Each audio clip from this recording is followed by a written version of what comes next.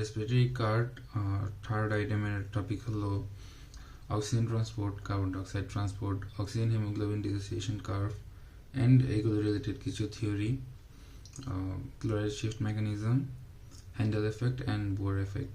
আমরা ফার্স্ট ভিডিওতে oxygen transport আর carbon dioxide transport and chloride shift mechanism cover করছিলাম। এটা সেকেন্ড ভিডিও অ্যান্ড এটার মধ্যে oxygen haemoglobin dissociation curve, Bohr effect and হ্যান্ডেল এফেক্ট কভার করবো। আচ্ছা, ফার্স্টলি আসতেছে অক্সিজেন হিমোগ্লোবিন ডিসোসিয়েশন কার্ভটা কি? The graphical representation showing the relation between percentage saturation of the oxygen carrying power of the hemoglobin to the partial pressure of oxygen is called oxygen hemoglobin dissociation curve. Okay, এটা breakdown করি। Firstly, এটা একটা graph, তাহলে this is the graphical representation showing the relation কার মধ্যে? hemoglobin saturation and partial pressure of oxygen, তাহলে between percentage saturation of the oxygen carrying power of the hemoglobin, mainly তাহলে এটা সিচুয়েশনটা কার? হিমোগ্লোবিনের কিসের স্যাচুরেশন? অক্সিজেন ক্যারিং পাওয়ারের স্যাচুরেশনটা। তাহলে percentage saturation of the oxygen carrying power of the haemoglobin to the partial pressure of oxygen, এই যে অক্সিজেনের পার্শিয়াল প্রেশারের সাথে, is called the oxygen haemoglobin dissociation curve. মানে partial pressure of oxygen change হওয়ার সাথে সাথে কতটুকু অক্সিজেন হিমোগ্লোবিনের সাথে বাইন্ড করতে পারতেছে, মানে স্যাচুরেশন হচ্ছে, ওইটাই হলো অক্সিজেন হিমোগ্লোবিন ডিসোসিয়েশন কার্ভ। ওকে, ডেফিনিশনটা লাগবে এখানে। দেন কনস্ট্রাকশনের মধ্যে আছে এই যে এখানে এক্স এক্সিসে কি আছে, ওয়াই এক্সিসে কি আছে, এটাই বলছে। দেন আসতেছে ক্যারেক্টারিস্টিক্স। ফার্স্টলি যেটা মোস্ট ইম্পর্টেন্ট হলো এই কার্ভটা হলো সিগময়েড শেপ। সিগময়েড শেপ কেন? টিআর ইন্টার কনভার্সনের কারণে এটা সিগময়েড শেপ। দেন এটা স্টার্ট হয় 0 থেকে, দেন পার্শিয়াল প্রেশার অফ অক্সিজেন 100-এর উপরে, কিন্তু এটা ফ্ল্যাট। যখন পার্শিয়াল প্রেশার অফ অক্সিজেন 100 হবে তখন স্যাচুরেশন হয় 97.5%, যেটা ম্যাক্সিমাম স্যাচুরেশন। এর উপরে গেলে কিন্তু এটা একটা ফ্ল্যাট পার্ট পাবো আমরা কার্ভের। দেন হচ্ছে ইট ইজ রিভার্সিবল। ওকে, না এটা ড্র করাটাও খুব ইজি। ওকে, হ্যাঁ, এটা ড্র করার জন্য ফার্স্টলি জাস্ট এভাবে করে মেজারমেন্ট নিয়ে ঘরে রেখে ফেলে, দেন হলো এখানের মধ্যে কয়েকটা পয়েন্ট মার্ক করা যায়। যেমন পার্শিয়াল প্রেশার যখন 20, তখন হলো হিমোগ্লোবিন স্যাচুরেশন অলমোস্ট 30%। 30% যে একটু বেশি হয়, তাও আমরা অলমোস্ট 30% রাখবো। দেন হলো যখন 40 হয় তখন অক্সিজেন স্যাচুরেশন হলো 70, অ্যান্ড যখন পার্শিয়াল প্রেশার অফ অক্সিজেন 50 হয় তখন হিমোগ্লোবিন স্যাচুরেশন হলো অলমোস্ট 80। দেন হলো 100-এর কাছাকাছি হলে এটা তখন হলো 97.5, অ্যান্ড 120 হলে এটা একেবারে 100-এর মধ্যে চলে যাবে, 100% স্যাচুরেশন হয়ে যাবে। ওকে, দেন আসতেছে হলো এটার পার্ট কি কি আছে।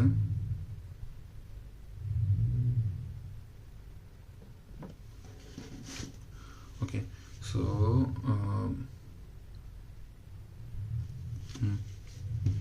এটা পার্ট কি কি আছে? দুটো জোন আছে, একটা হলো অ্যাসোসিয়েশন জোন, একটা হলো ডিসোসিয়েশন জোন।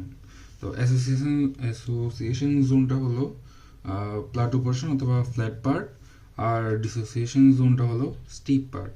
স্টিপ পার্ট বলতে যেখানে কার্ভ হচ্ছে, আর ফ্ল্যাট পার্ট হলো 100-এর পরে যাওয়ার পরে, মানে 120-এর পরে যে ফ্ল্যাট পার্ট আসতেছে এটাই। প্রপার্টি কি? Property of the flat part and property of the steep part একসাথেই পড়বো। যেটা ফ্ল্যাট পার্ট ওইটা হয় কোথায়? লাংয়ের মধ্যে, curve is for the lungs. আর যেটা স্টিপ পার্ট এটা হলো টিস্যু লেভেলের জন্য, ফর দ্য টিস্যু লেভেল। আচ্ছা, ফ্ল্যাট পার্টের মধ্যে ফ্ল্যাট পার্ট কোত্থেকে? 100 থেকে 60। আচ্ছা, 60 থেকে 100 এর মধ্যে partial pressure of oxygen vary করে লাংয়ের মধ্যে। আর এর নিচের পার্ট যেটা আছে ওটা হলো স্টিপ পার্ট, যেটা টিস্যু লেভেলের মধ্যে করে। দেন আসতেছে পার্সেন্টেজ স্যাচুরেশন। দেখো এগুলো যদি খেয়াল করো 60 থেকে 100 পর্যন্ত দেওয়া আছে, এখানে 89 থেকে 97.5, তাহলে 40 চেঞ্জের জন্য এখানে টোটাল স্যাচুরেশন চেঞ্জ কত হচ্ছে? 8.5। তো এর ইম্পর্টেন্সটা কি? It is difficult to maintain the constant pressure inside the lungs, but necessary to keep the percentage saturation of the haemoglobin constant. আচ্ছা, নর্মালি লাংয়ের ভিতরে পার্শিয়াল প্রেশার মেনটেন করাটা কঠিন, কিন্তু বডি স্টেবল থাকার জন্য, মানে আমাদের ফিজিওলজিক্যাল কন্ডিশন মেনটেন করার জন্য পার্সেন্টেজ স্যাচুরেশন অফ হিমোগ্লোবিনটা কিন্তু আমাদের কনস্ট্যান্ট রাখতে হবে। তাই এখানের মধ্যে অনেক বড় প্রেশার চেঞ্জের কারণেও স্যাচুরেশন চেঞ্জ কিন্তু খুবই কম। অন্যদিকে যদি স্টিপ পার্টটা দেখি এখানের মধ্যে, এটা হলো খালি দেখা যাবে 10 মিলিমিটার অফ মার্কারি চেঞ্জের কারণে এখানে চেঞ্জ আসছে 8.5, 50তে ছিল 83.5 অ্যান্ড 40তে আসলো 75। এইখানে 40-এর চেঞ্জের কারণে 40 millimetre of mercury partial pressure of oxygen চেঞ্জের কারণে এখানে আসতেছে 8.5% স্যাচুরেশন চেঞ্জ, আর এখানে অনলি 10-এর কারণেই চলে আসতেছে 8.5%। এটার ইম্পর্টেন্সটা কি, মানে এখানে অল্প প্রেশার চেঞ্জের কারণে স্যাচুরেশন চেঞ্জ বাড়তেছে। এটার রিজনটা হলো যাতে ডিফিউশন হইতে পারে অক্সিজেন, যাতে একটা প্রেশার গ্রেডিয়েন্ট ক্রিয়েট হয়। হলো keeps the pressure gradient of oxygen between blood and tissue high. যদি অল্প চেঞ্জের কারণে বেশি স্যাচুরেশন চেঞ্জ হয়, তাইলে হলো আমি অল্প অল্প করে চেঞ্জ করে স্যাচুরেশনটা বাড়াতে পারবো, মানে অক্সিজেন বেশি বাইন্ড করতে পারবো, তাহলে আমার একটা প্রেশার গ্রেডিয়েন্ট অলওয়েজ থাকবে। এটা হলো স্টিপ পার্টের ইম্পর্টেন্স। তাহলে ফ্ল্যাট পার্ট গেল, স্টিপ পার্ট গেল, এটুকু দিয়ে শেষ। কোয়েশ্চেন আসা হলো normally what is oxygen haemoglobin distribution curve, এগুলো এই ডেফিনেশনটা, দেন হলো এটা গ্রাফটা মনে রাখলে ডেফিনেশনটা অবভিয়াসলি মনে থাকবে। দেন গ্রাফটা কীভাবে ড্র করতে হবে এটা বললাম, ক্যারেক্টারিস্টিক্স বললাম, পার্টস বললাম, প্রপার্টিস ফ্ল্যাট পার্টের আর স্টিপ পার্টেরটা গেল। দেন আস্তে আস্তে হলো এটা সিগময়েড শেপ কেন, এটার আনসার শর্ট করে এই জায়গায় ছিল টি আর ইন্টারকনভার্সনের জন্য। মেইন জিনিসটা হলো সিগময়েড শেপ কেন, এটা যদি এখানে এক্সপ্লেনেশন লিখছে এটা বলি। ফার্স্টলি হচ্ছে কি, একটা হিমোগ্লোবিন যখন আচ্ছা একটা জিনিস বললে না আমাদের মধ্যে পড়তে বসাটা কঠিন, দেন আস্তে আস্তে পড়া শুরু করলে পরে পরে বলে সহজ হয়ে যায়। সেম জিনিসটা এখানের মধ্যে হয়। এখানে ফার্স্ট হিমোগ্লোবিনটা অক্সিজেনের সাথে বাইন্ড করাটা কঠিন, কিন্তু পরেরগুলো র্যাপিডলি আরও ইজি হতে থাকে। ফার্স্ট হিমোগ্লোবিন যখন অক্সিজেনের সাথে বাইন্ড করে তখন এটা বাইন্ড করতে টাইম বেশি যায় বা অ্যাফিনিটি খুবই কম থাকে, মানে বাইন্ড করার যে ইন্টারেস্ট এটা খুবই কম থাকে। কিন্তু একটা বাইন্ড করার পরে সেকেন্ডটা খুব ইজিলি বাইন্ড করে, থার্ডটা আরও ইজিলি বাইন্ড করবে, ফোর্থটা আরও ইজিলি বাইন্ড করবে। এটাই লিখছে এখানে এক্সপ্লেনেশনের মধ্যে। এই র্যাপিডলি যে প্রত্যেকটা হিমোগ্লোবিন বাইন্ড হওয়ার সাথে যে অ্যাফিনিটি ইনক্রিজ হচ্ছে, এটার কারণে এটা সিগময়েড শেপ হবে। The rapid increase of affinity causes rapid oxygenation of hemoglobin in spite of small increase of partial pressure of oxygen. So the curve is sigmoid shape. এই যে 100 এর প্রত্যেকে হয় কি এটা ফ্ল্যাট পার্ট, তো 100 এর আগে যেটা ছিল এটা পুরোটাই স্টিপ পার্ট ছিল। আর স্টিপ পার্টের আমরা প্রপার্টিজের মধ্যে কি পড়ছি, অল্প প্রেশার চেঞ্জের কারণে স্যাচুরেশন খুবই বেশি চেঞ্জ হবে। তার মানে আমি অল্প প্রেশার যদি চেঞ্জ করি তাহলে আমার হিমোগ্লোবিন অক্সিজেনের সাথে বাইন্ড করার যে অ্যাফিনিটি, যে অক্সিজেনেশনের অ্যাফিনিটি এটা বাড়বে, এটা র্যাপিডলি বাড়তে থাকবে। এই কারণে এটা একটা কার্ভ তৈরি করবে, এটা হলো সিগময়েড শেপ। আচ্ছা এটা গেল। দেন আস্তে আস্তে হলো oxygen haemoglobin distribution curve, right shift and left shift. কী কী ফ্যাক্টর আছে, ফার্স্টলি কিছু কমন ফ্যাক্টরটা বলি। Factor shifting the curve, normal ফ্যাক্টরগুলো হলো কি পিএইচ, টেম্পারেচার অ্যান্ড হলো কনসেন্ট্রেশন অফ 2,3 বিসফসফোগ্লিসারাইড। এখন হচ্ছে factor shifting the curve to the right. এখন রাইট সাইডে কেন শিফট করবে এটা বলতেছি। যদি রাইটে শিফট হয় তাহলে পার্শিয়াল প্রেশার অফ অক্সিজেন কি বাড়তেছে, মানে পার্শিয়াল প্রেশার অফ অক্সিজেন বাড়তেছে কিন্তু স্যাচুরেশন হচ্ছে কম যদি রাইটে শিফট করি। আর যদি লেফটে শিফট হয় তাহলে কম পার্শিয়াল প্রেশার অফ অক্সিজেনের মধ্যে বেশি স্যাচুরেশন হচ্ছে, মানে ইজিলি বাইন্ড হতে পারতেছে। আর যদি রাইটে শিফট হয় এটা ইজিলি বাইন্ড হতে পারবে না, ওইটাই। আস্তে আস্তে হলো factor shifting the curve to the right. আচ্ছা রাইটে যদি শিফট হয়, রাইটটা কোথায়, রাইটটা হলো টিস্যু আর সেলুলার লেভেলের মধ্যে, আর যেটা লেফট এটা হবে হলো লাংয়ের মধ্যে। এই জিনিসটা মাথায় রাখতে হবে, ফলে এই জিনিসটা মাথায় রাখলেই হবে। রাইটটা হবে হলো টিস্যু সেলুলার লেভেলের মধ্যে। এখন টিস্যু সেলুলার লেভেলের মধ্যে কী হয়, টিস্যু বা সেলের মধ্যে থেকে আমরা কার্বন ডাইঅক্সাইড কি বের করি, তাহলে কার্বন ডাইঅক্সাইড যদি বের করি তাহলে কার্বন ডাইঅক্সাইড কনসেন্ট্রেশন বেশি থাকবে না, অবভিয়াসলি এখানে কার্বন ডাইঅক্সাইড কনসেন্ট্রেশন বেশি। এখন কার্বন ডাইঅক্সাইড কী করে, ওয়াটারের সাথে বাইন্ড করে কার্বনিক অ্যাসিড তৈরি করবে। কার্বনিক অ্যাসিড একটা অ্যাসিডিক জিনিস, তার মানে হাইড্রোজেনের কনসেন্ট্রেশনও বেশি। আর হাইড্রোজেন কনসেন্ট্রেশন যদি বেশি হয় তাহলে পিএইচ কী হবে, কমে যাবে। তাহলে কার্বন ডাইঅক্সাইড কনসেন্ট্রেশন বেশি, পিএইচ কম, আর টেম্পারেচার বেশি। এখানের মধ্যে রাইট সাইডে সব কিছুই বেশি, খালি পিএইচ ছাড়া। টেম্পারেচার বাড়লে আরেকটা হলো ইনক্রিজ কনসেন্ট্রেশন অফ 2,3 বিসফসফোগ্লিসারাইড। রাইট সাইডে কখন শিফট হবে? সবগুলো যখন বাড়তে থাকবে। রাইট সাইডটা কখন? যখন ইজিলি অক্সিজেন স্যাচুরেশন হতে পারতেছে না, হিমোগ্লোবিন অক্সিজেনের সাথে বাইন্ড হতে পারতেছে না ইজিলি, ওই টাইমে সব কিছু বাড়তে থাকবে যাতে ইজিলি বাইন্ড করা যায়। তো পিএইচটা কমবে, ওইটা কার্বন ডাইঅক্সাইডের কারণে। তাহলে এখানে মেইন ফ্যাক্টরটাকে কার্বন ডাইঅক্সাইড। আচ্ছা গেল। দেন আসতেছে হলো লেফট সাইডে, লেফট শিফটে কি হচ্ছে? এখানের মধ্যে decrease carbon dioxide concentration. Carbon dioxide concentration যদি কমে, কারণ এটা কোথায়? লাং। এটা হলো কি left shift occurs in the lung, এটা হলো লাংয়ের মধ্যে। লাংয়ের মধ্যে কার্বন ডাইঅক্সাইড বেড়ে যাবে, অক্সিজেন ঢুকবে, তাহলে কার্বন ডাইঅক্সাইড কনসেন্ট্রেশন কমবে। কার্বন ডাইঅক্সাইড কনসেন্ট্রেশন কমলে তাহলে কার্বনিক অ্যাসিড কম তৈরি হচ্ছে, তাহলে হাইড্রোজেন কনসেন্ট্রেশন কম, তাহলে পিএইচ কি বেড়ে যাচ্ছে। এই যে ইনক্রিজ পিএইচ, তারপর হলো এটার মধ্যে সব কিছুই কম, low temperature, low level of 2,3 bisphosphoglycerate. তো আরেকটা রিজন কি? Fetal haemoglobin. ও রাইট শিফটের মধ্যে আরও দুটো রিজন ছিল, একটা হলো অ্যানিমিয়া অ্যান্ড হলো এক্সারসাইজ। এক্সারসাইজের সময় কী হয়? যখন এক্সারসাইজটা এখানে এক্সপ্লেনেশন আছে, তাও বলে এক্সারসাইজের সময় যখন এক্সারসাইজ করতেছি তাইলে আমরা তখন কি শ্বাস নিতে থাকি না জোরে জোরে, কারণ তখন অক্সিজেন আর হিমোগ্লোবিন ইজিলি বাইন্ড হতে পারতেছে না, তখন কি রাইট শিফট হচ্ছে। আচ্ছা এখানে এক্সপ্লেনেশনের মধ্যে আসে। এখন একটা এক্সপ্লেনেশন মনে রাখলে বাকি সবগুলো মনে রাখা খুব ইজি। ফার্স্টলি আসতেছে হলো অক্সিজেন কনসেন্ট্রেশনটা পড়ি। অক্সিজেন কনসেন্ট্রেশন যদি বাড়ে তাহলে আমি যেটা বলছিলাম কার্বনিক অ্যাসিড বেশি তৈরি হবে, তাহলে হাইড্রোজেন বাড়বে, তাহলে পিএইচ কমবে, তাহলে কার্ভ কোন দিকে? রাইট শিফট হবে। আর হলো কি ডিক্রিজ পিএইচ। পিএইচের ক্ষেত্রে কি হচ্ছে? যদি পিএইচ বাড়ে, হাইড্রোজেন কনসেন্ট্রেশন বাড়ে, তাহলে পিএইচ কমবে। পিএইচ কমলে affinity of haemoglobin for oxygen কমবে। তারপর হলো কি পার্শিয়াল প্রেসার অফ অক্সিজেন কম প্রয়োজন হবে স্যাচুরেশনের জন্য, তখন আচ্ছা বেশি প্রয়োজন হবে, যেহেতু ইজিলি স্যাচুরেশন হতে পারতেছে না, ইজিলি বাইন্ড হতে পারতেছে না, তাই রাইট শিফট হচ্ছে।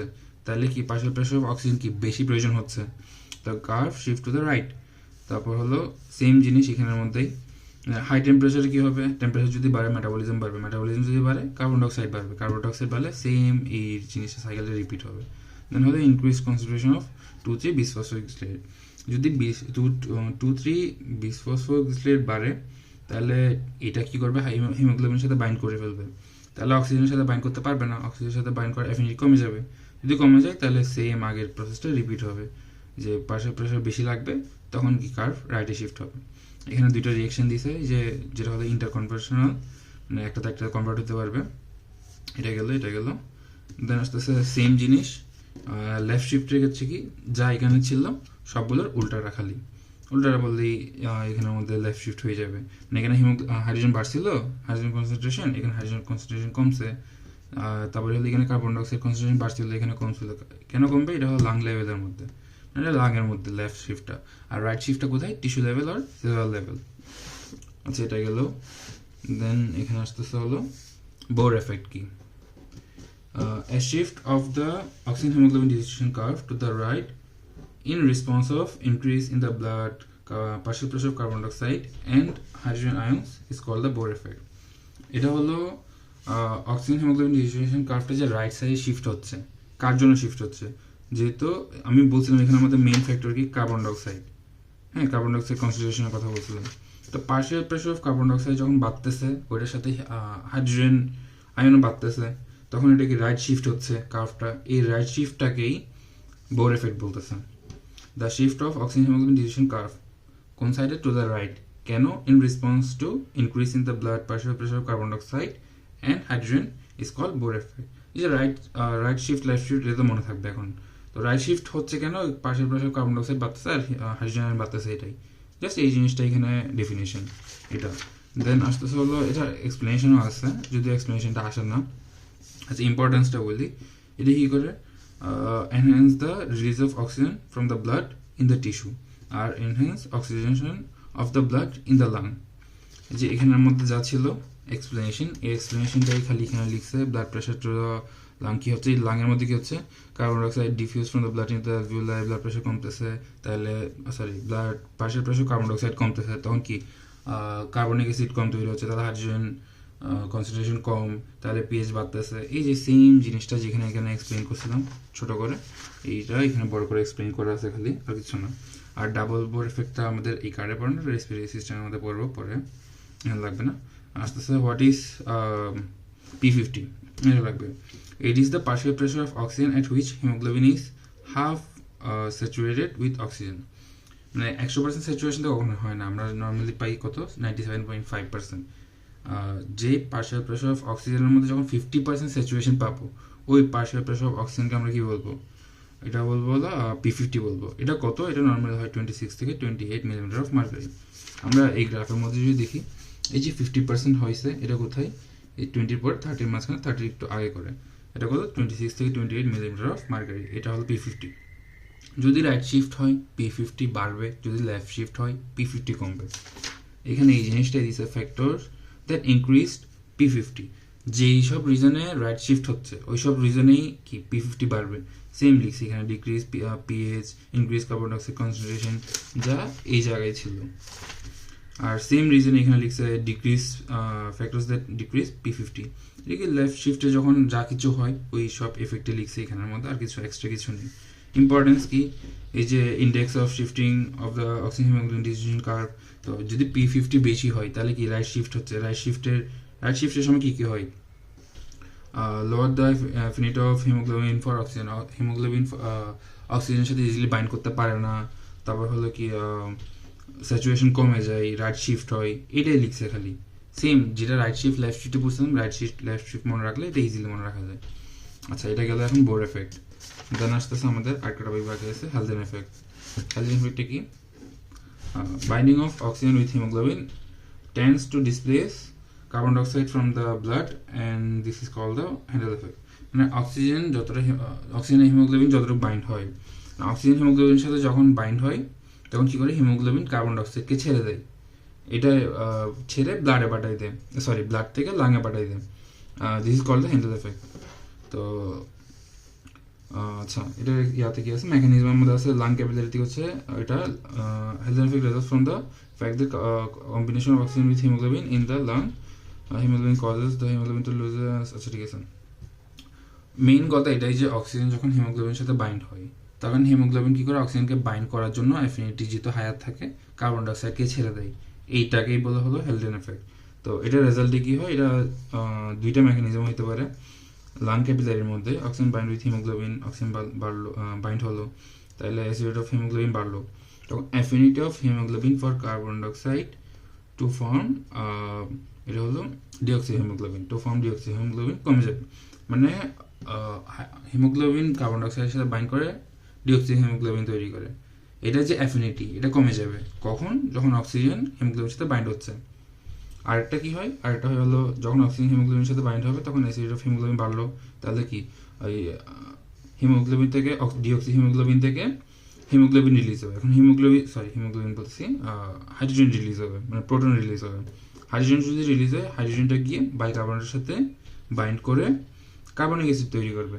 কার্বনিক অ্যাসিড ডিসোসিয়েট হয়ে কি তৈরি করে, ওয়াটার আর কার্বন ডাইঅক্সাইড। তো কার্বন ডাইঅক্সাইড তাহলে বেরিয়ে গেল, carbon dioxide enters the alveoli from blood.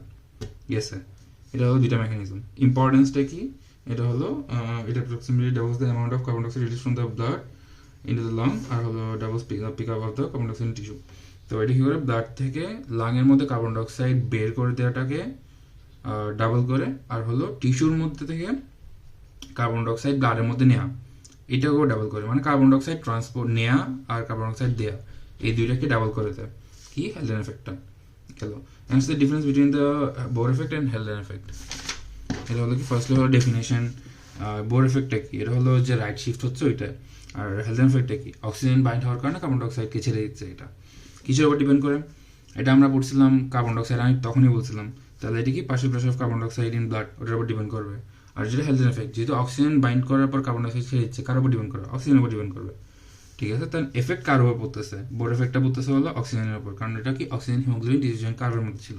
হেলথেন এফেক্টের effect করার উপর পড়তেছে, এটা এফেক্ট পড়তেছে হলো কার্বন ডাইঅক্সাইডের উপর। ইম্পর্টেন্স কি, এটা হলো enhance supply of oxygen to the tissue, আর এটা হলো enhance oxygen carbon dioxide exhaling from the body. এটা অক্সিজেনকে টিস্যুতে যাইতে হেল্প করে, অ্যান্ড কার্বন ডাইঅক্সাইড হেলথেন এফেক্টটা কি, কার্বন ডাইঅক্সাইডকে বডি থেকে বের করে দিতে হেল্প করে। আর এটা কোথায় হয়, বোর এফেক্টটা হলো টিস্যু লেভেলের মধ্যে, অ্যান্ড হেলথেন এফেক্টটা কোথায় হয়, লাং লেভেলের মধ্যে, কারণ টিস্যুর মধ্যে অক্সিজেন যাচ্ছে আর লাংয়ের থেকে তো কার্বন ডাইঅক্সাইড বেরিয়ে যাচ্ছে। সো এটা গেল। আচ্ছা ঠিক আছে, দেন আর কিছু, আচ্ছা এখানে আমাদের একটা কোয়েশ্চেন ছিল, ওইটা হলো কেন এটা 97.5% স্যাচুরেশন হবে, এর বেশি স্যাচুরেশন কেন হবে না? যদি 100% স্যাচুরেশন হয়ে যায় তাহলে লাংয়ের মধ্যে কি আর টিস্যুর মধ্যে কি আর অক্সিজেন ঢুকবে? মানে প্রেশার গ্রেডিয়েন্টটা কি আর থাকবে? প্রেশার গ্রেডিয়েন্ট থাকবে না। তাই এই জন্য এটা 100% কখনো হতে পারে না স্যাচুরেশনটা। স্যাচুরেশন ম্যাক্স হবে 97.5%। আর একটা কোয়েশ্চেন ছিল অক্সিজেন ট্রান্সপোর্টের একটা কোয়েশ্চেন ছিল। আচ্ছা হ্যাঁ, অক্সিজেন ট্রান্সপোর্ট কোয়েশ্চেনটা হলো 3% কেন ডিজলভ স্টেটের মধ্যে যাবে? 97% হলো হিমোগ্লোবিনের সাথে বাইন্ড হচ্ছে, তো এখানে 100% কেন হিমোগ্লোবিনের সাথে বাইন্ড হবে না? কেন 97% বাইন্ড হবে আর 3% কেন ডিজলভ হয়ে যাবে? এটা হলো to maintain the partial pressure of oxygen. যদি আমার বডিতে কোনো সাডেনলি যদি অক্সিজেন ডিমান্ড বেড়ে যায় অথবা অক্সিজেন ডিমান্ড কমে যায়, তখন যাতে অক্সিজেন সাপ্লাই দিতে পারে, এই জন্য 3% ডিজলভ স্টেটে থাকে অলওয়েজ, মানে ডিজলভ স্টেট ট্রান্সপোর্ট হয় অলওয়েজ। তো এটার যদি এটা সিম্পল একটা ভাইবা কোয়েশ্চেন জিজ্ঞেস করতে পারে, এটা হলো কেন ডিজলভ স্টেটে থাকবে, এটার আনসারটা হলো to maintain the partial pressure of oxygen in body. এটাই তাহলে আমাদের থার্ড আইটেমে পড়া এতটুকুতে শেষ।